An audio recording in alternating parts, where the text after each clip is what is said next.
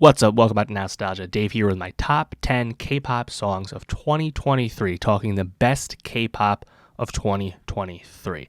By my count, I listened to about 45 different K-pop releases this year, which I felt was more than adequate to actually make a top 10 K-pop song list because I was really into this year. I thought we had a banner year with K-pop. Really exciting for a number of reasons that I'll get into.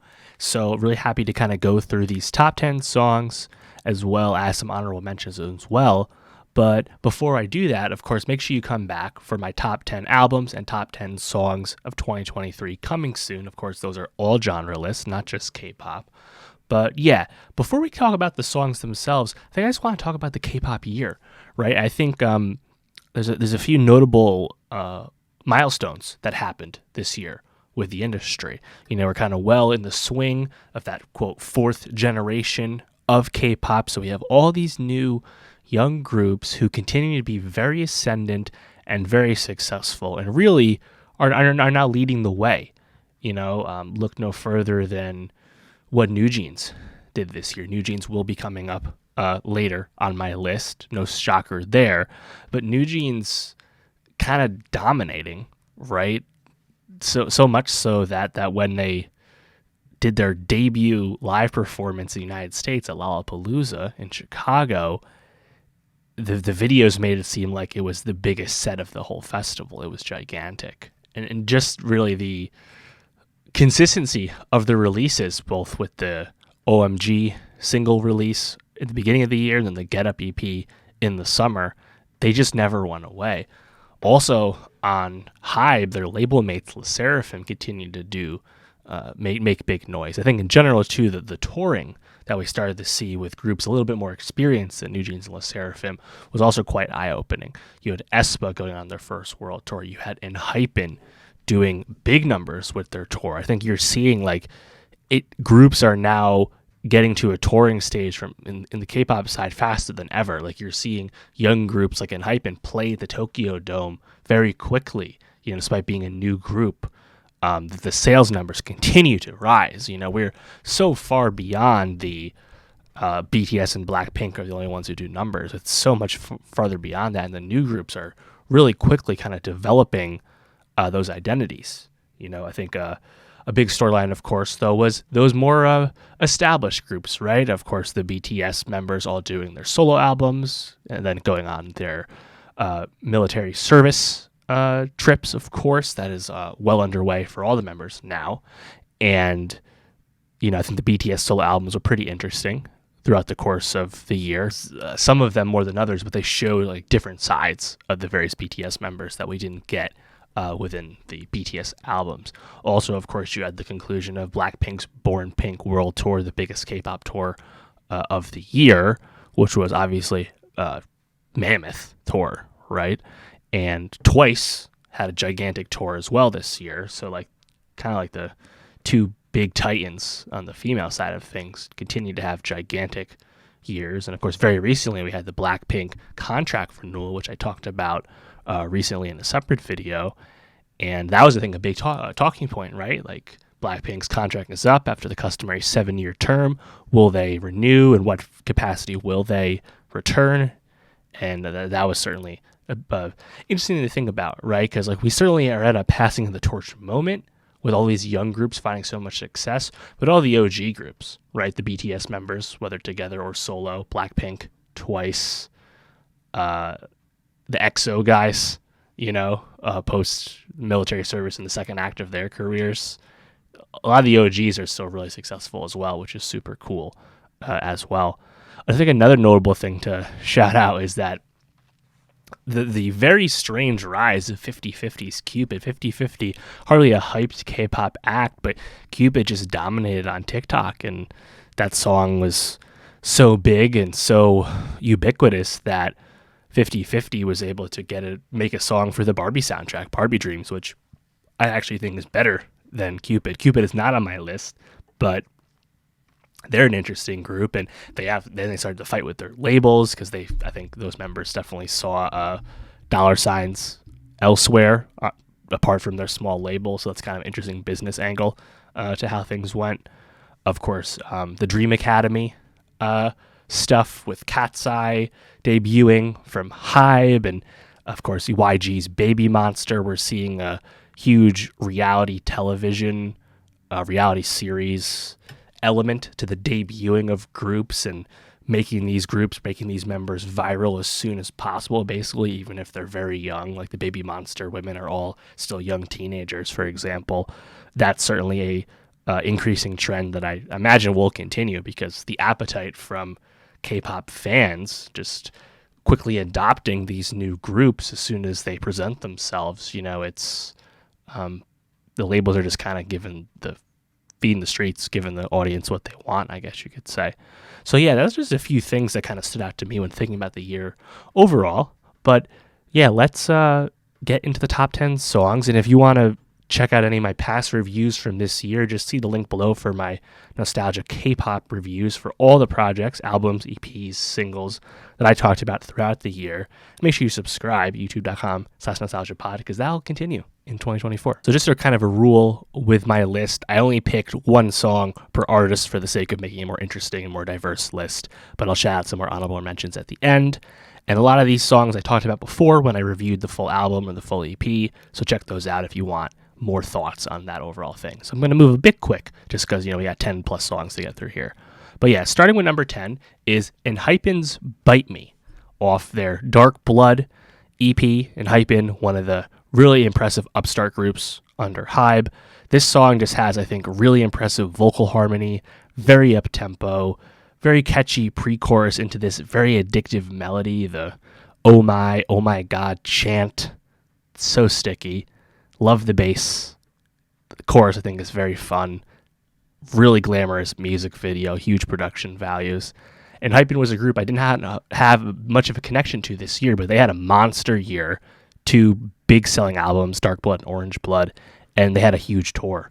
They really made, I think, a huge name for themselves and are now, honestly, one of the kind of signature K-pop boy groups right now. It's certainly a competitive field, but they are very much making their name known, and they will be around a long time. I think that's kind of obvious. But Bite Me, I think that's just a really fun banger, but the vocals, I think, really stick with you on that one. So I enjoyed ENHYPEN's Bite Me quite a lot. Number 10. Number 9 for me is Red Velvet's One Kiss. I believe this is the most recent song on my list. This is off their latest album, Chill Kill, which overall I wasn't a huge fan of. But One Kiss, to me, god damn, this is kind of the craziest K-pop chorus of the year. The horns go wild. The vocal harmonies of the Red Velvet members. I think that's kind of what people think about with Red Velvet, a group that we have quite the track record with at this point, right? Just Irene and Joy, Solgi, Wendy, like they just know how to match each other's vocals. The producers know what these women, how great they can sing, and you put that all together. And I think this chorus just goes so hard. Like I thought this was a banger. The instant I heard it, I don't know why it wasn't the title track off the album, to be honest, because it was the best song on the album by far to me. And then starting off verse 2, after the first time you hear the chorus, you hear Wendy's impressive vocal range immediately. Like, I think just the vocal harmony combined with the horns going nuts on the beat, like, this is a big banger. And honestly, like, I think Chill Kill I wasn't a huge fan of as an album overall, a bit disappointing from Red Velvet, but this was such a highlight, such a standout. So shout out Red Velvet's One Kiss. So number 8 for me is Puppet Show by XG. Of course, big asterisk with this one because XG, all the members are Japanese. They're managed by a Japanese company under the Avex umbrella, but they're based in Korea. They're targeting K-pop audiences, albeit they're making music mainly in English. So they're kind of a good example of how homogenized, Southeast Asian, East Asian music is becoming, where you have this group clearly conceived to participate in K-pop, even if it's like maybe not the most authentic creation of new K-pop. Compare that to, of course, all the increase in English music from many acts that we're getting with, obviously targeting Western and American audiences. It's kind of interesting, but I think XG is a example of how things are changing. And even if that was not the case, I think XG really kind of came out of nowhere for me. I had no idea who they were until this year. They had a lot of successful songs I liked, but to me, Puppet Show off their debut EP really stood out to me. I thought the hook was just very, very catchy, kind of like a sing-songy nature, but ultimately why I think XG stands out a lot to me is they have some of the strongest hip-hop bona fides across all of K-pop. Like, these women can rap. Obviously, not all of them rap, but a lot of them do. They all have different flows. Like, they sound great, you know? But what's fun is Puppet Show with the sing-songiness combined with another song they have, like NewJeans. They're not just rappers. Like, they have really fun pop and, like, dance appeal as well.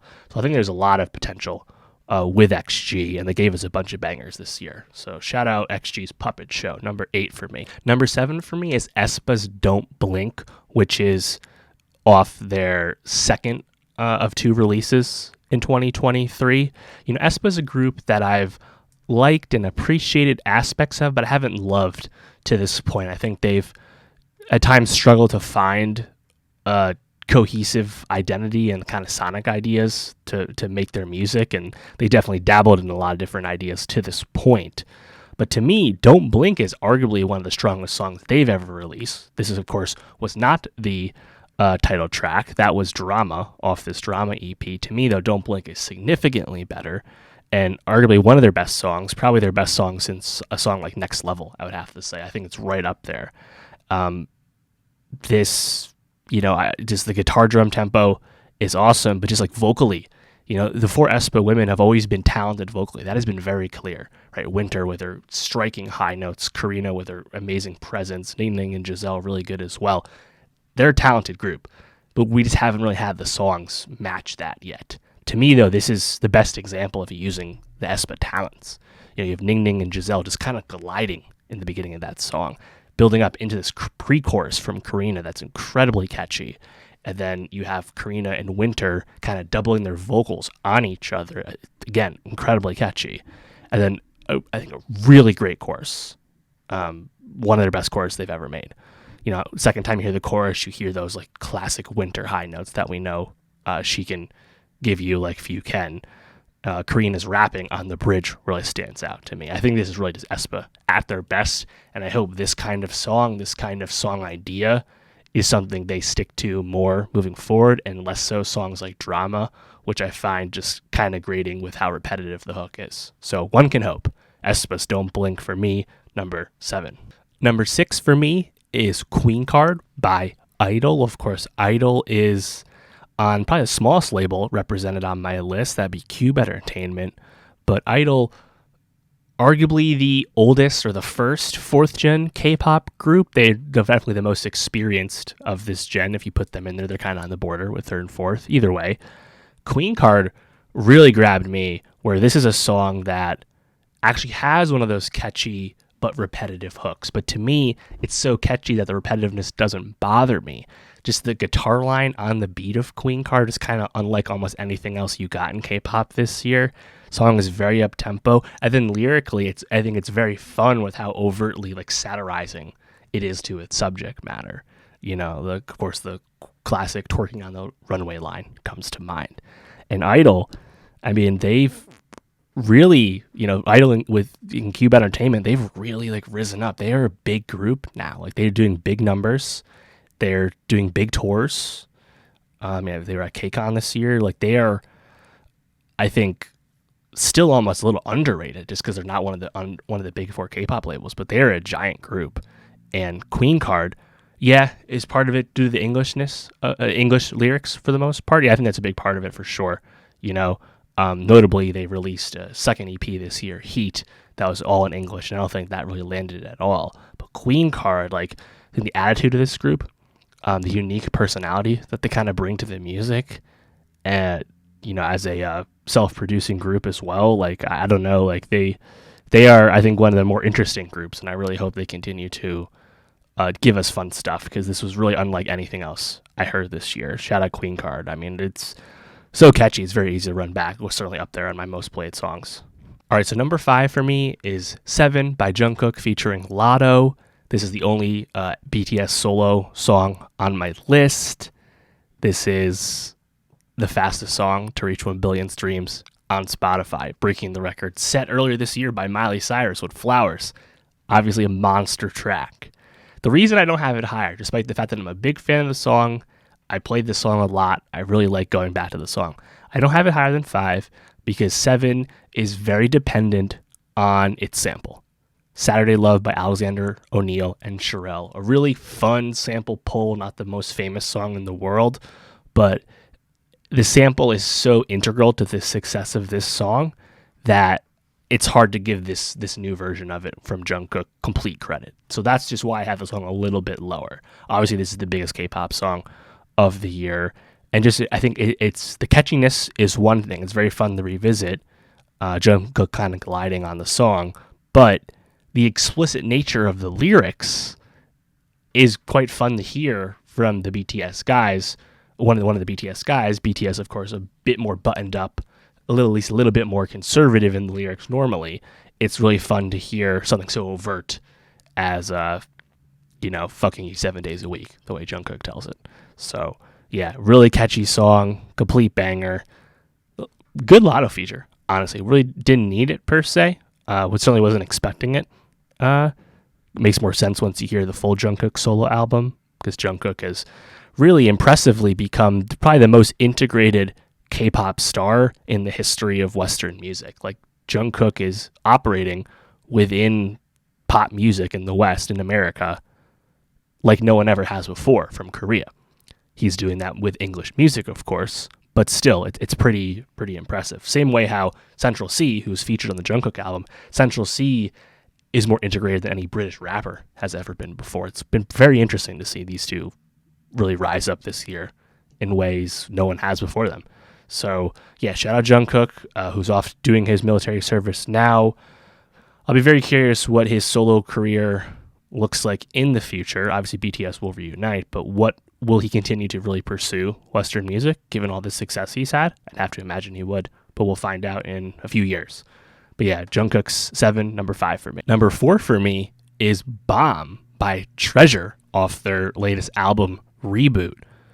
I was not necessarily expecting to have a Treasure song impress me this much coming into the year, but Bomb, I think, really blew me away when I first heard it. This song has super catchy vocals and just an amazing chorus, arguably the best K-pop chorus of the year to me, and it really reminded me of my favorite Treasure song to this point, which is BLT Bling Like This from a few years ago, where there's just like fun pockets that Treasure can exist in where they really play with fun melody. And I think the Bomb chorus, it's a lighter vibe for sure. I wouldn't call the song a banger at all, but it still bops, it still bounces.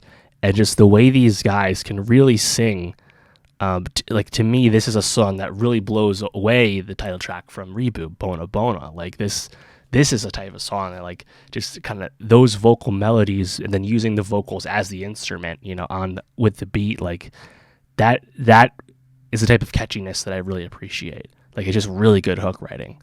And I really hope to hear more of that from Treasure, because I think, as much as I think Treasure, they get a bit overshadowed by some of their 4th gen peers. They're a successful group, but they're certainly not the biggest amongst their peers.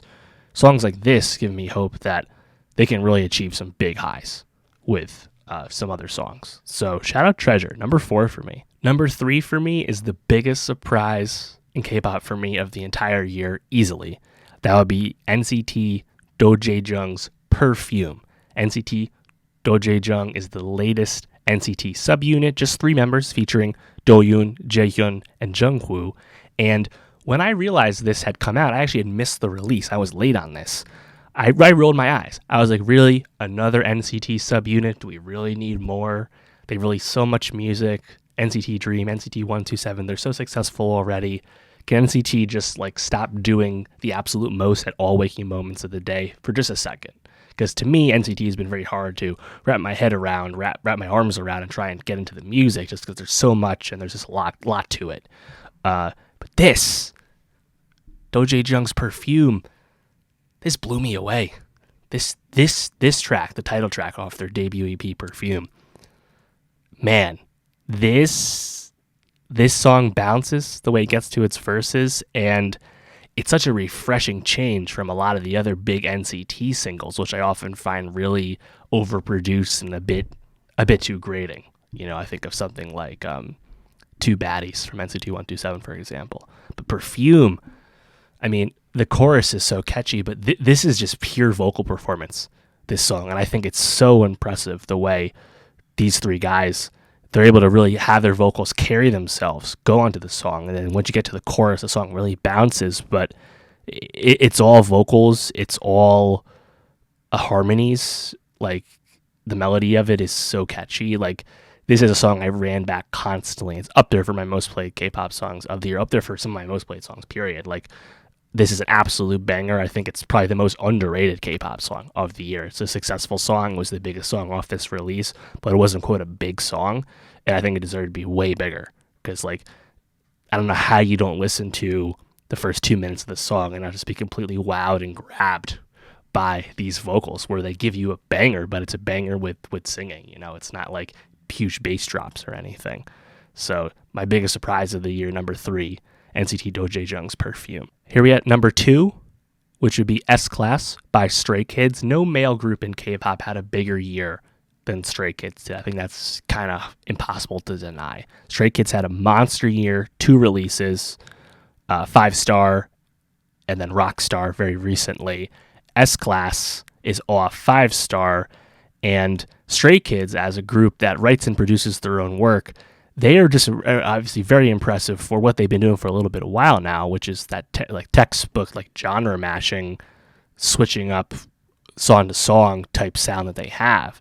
And to me, SClass is one of the best songs they've ever made, where there's just so much energy to this song. The way the vocal delivery goes in that pre-chorus really builds up, and then you have this really high energy electronic chorus. And then after the chorus, second verse, they start rapping. And yeah, Stray Kids can rap. They have a whole rap unit within their group. Like, this song has so much to it. The big horns at parts, the beat's crazy. They're definitely not for everyone, but they're for a lot of people because they're a huge popular group at this point. And I think SClass, just the way they can go from like really loud energy production to like really awesome, like strong vocals, like really strong singing. Like, they always surprise you, not just track to track on an album, but literally part of the song to the next part of the song. Like, they're able to really handle that mashup feeling, that mashup vibe with their music. And this was definitely one of the most impressive K-pop songs to me of the year. And it would have been number 1 if not for, to me, with the obvious group of the year. Number 1 for me is NewJeans. Shouldn't come as much as a surprise. I'm a huge fan of them.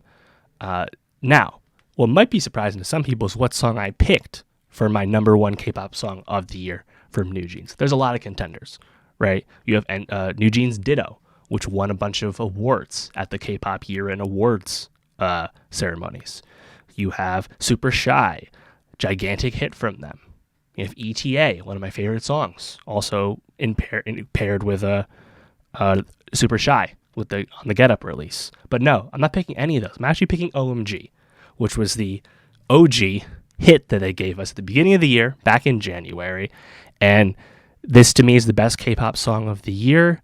I wouldn't say it's the best NewJeans song, because I think Hype Boy is really hard to beat and is probably in the new canon of some of the best K-pop songs of all time, to be honest. And I listened to a ton of Hype Boy this year. Of course, that song came out last year. So for this year, I had to pick between OMG or ETA. I'm not as big on Super Shy or Ditto as others, so those really were in consideration for me. OMG, I think, is the one for me. I think the thing about this song, it's kind of quintessential NewJeans at this point, right? They're a group with only like 15 songs to their name or so at this point, but they've rapidly risen in such an impressive way. And a big part of that is, I think, the sound that this group carries with them, where they have a precociousness, a lightness to their music. They're not doing the girl crush vibe that's been really popular, really common with other female groups lately. That's not what they go for. And like the production, it's inspired by a lot of kind of throwback sounds, a lot of 90s sounds, some Jersey club sounds as well. They're very refreshing in how unique they feel. And to me, OMG, this is a song that, man, like, this was the K-pop song of the first quarter of the year easily. Like, this song just dominated, right? And I think you have to look no further than the chorus from Hani, I think really stands out. Like her vocals on that, combined with, they have some of the best choreography in K-pop right now. Not that they're the most impressive dancers in K-pop, I wouldn't say that, but like they just kind of stand out for like really, I think really fitting the songs with the choreo. And the OMG choreography I thought was really fun, and like the Hani chorus always stands out, but also Heron's part, where you kind of get into like the bridge, I guess you could say. Like her part, very catchy as well. And yeah, I mean, NewJeans, if you pick a different song for number one, no qualms. Like, but to me, like they were kind of like the story of the year, I guess you could say. And I think the NewJeans debut full-length album, when that comes, hopefully 2024, will be a huge release. So I really can't wait for that.